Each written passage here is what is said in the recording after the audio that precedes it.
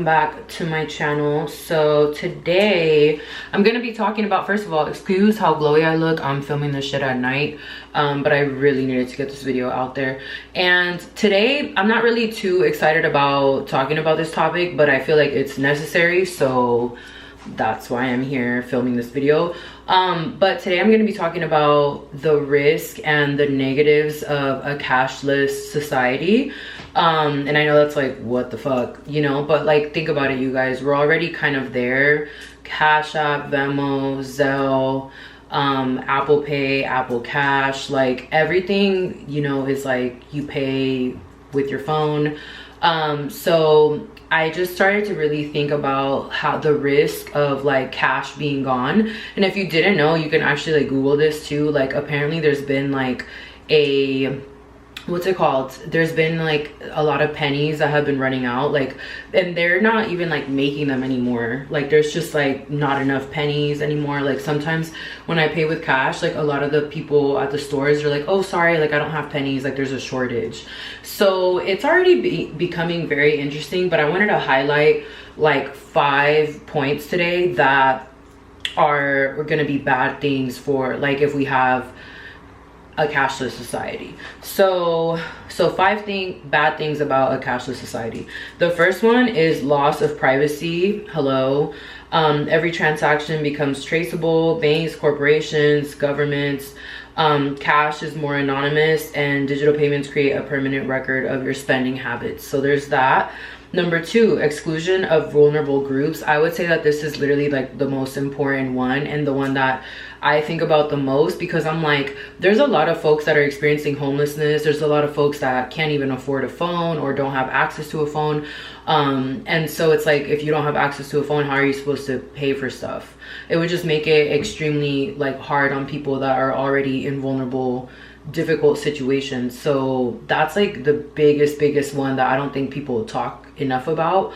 But yeah, you guys, there's homeless house, like folks that are experiencing homelessness all over, especially California, like all over the world, you guys. Like it just would not be a good thing for vulnerable groups. Number 3, increased dependence on technology. This is already happening, because like, again, like our generation can't even drive without Google Maps, myself included. Like I need Google Maps to get everywhere. Maps, like that's just regular in our generation. So you know, if systems go down, power outages, cyber attacks, you might not be able to buy essentials, and cash works every time and anytime. And cash is actually extremely convenient if you think about it. So there's that. And then number 4, greater risk of surveillance and control. In a digital system, authorities or institutions could freeze accounts, limit spending, or monitor behavior more easily, raising concerns about financial freedom. And that's all I'm gonna say on that. You guys can rewind this and re-listen to what I just said. Number 5, cybersecurity threats and fraud.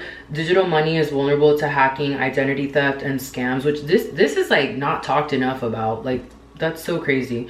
Extremely vulnerable to hacking, identity theft, scams.